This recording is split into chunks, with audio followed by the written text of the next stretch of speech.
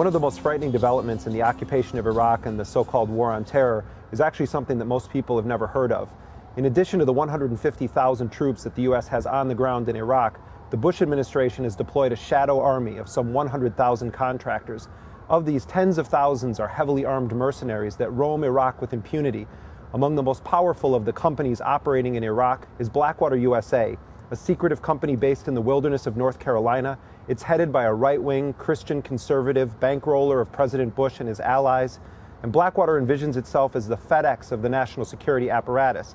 But the reality is that Blackwater has become a prime player in the war on terror, and nothing short of the Bush administration's Praetorian Guard. Cover, you got more coming. Jesus Christ, it's like a fucking turkey chip. I would like to raise my children to grow to be soldiers, but then a general would decide when they like it over. Blackwater USA largely operated in the shadows of the U.S. war machine until the morning of March 31st, 2004, when 4 Blackwater contractors were ambushed and killed in the Sunni city of Fallujah, Iraq. Their bodies were burned and dragged through the streets, 2 of them hung from a bridge over the Euphrates River.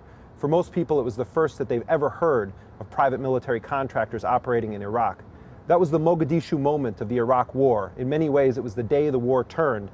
Unlike Somalia, when the Clinton administration pulled out, the Bush administration initiated a massive revenge attack. They laid siege to the city of Fallujah, killed hundreds of people, displaced tens of thousands of others, and in the process inflamed the Iraqi resistance that haunts U.S. occupation forces to this day.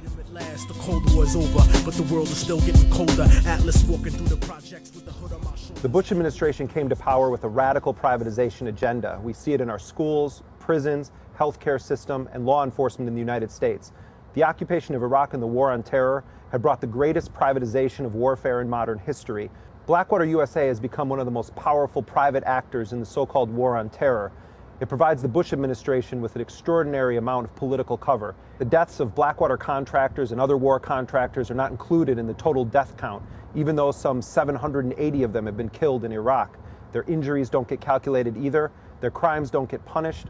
What you have is a revolving door. Blackwater and other companies benefit the Bush administration, and in turn, the Bush administration and its Republican allies in Congress have shielded these military contractors from any effective oversight, any effective accountability, any effective legal system. Their operations are shrouded in secrecy, and people in Congress find it almost impossible to get information about Blackwater and other companies' operations. And we know virtually nothing about this. We think about 40 cents of every dollar goes to private military contractors. We think about 800 of them have been killed in Iraq, but we don't know that. They're not even counted. And we think there's about 25,000 to maybe 40,000 engaged in military activities, in combat-related activities, but we don't know, and we can't find out.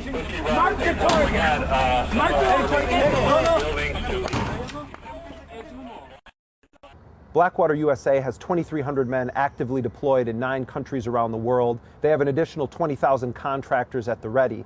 But while Blackwater has operated in Iraq and Afghanistan, the company increasingly has its sights set on deployments inside of the United States. Blackwater setting up a new facility in Illinois, another one in California. I was in New Orleans in the aftermath of Hurricane Katrina, and I saw Blackwater mercenaries speeding up and down the streets in unmarked cars, heavily armed with M4 machine guns, flak jackets, other weapons strapped to their legs. And when I talked to the Blackwater guys on the ground and asked them what their mission was in New Orleans, they said they were there to confront criminals and stop looters. To have mercenary companies which have operated in Iraq, Afghanistan, and elsewhere in the war on terror, essentially declaring themselves above any effective laws, now deploying on the streets of U.S. cities, should be seen as an ominous threat.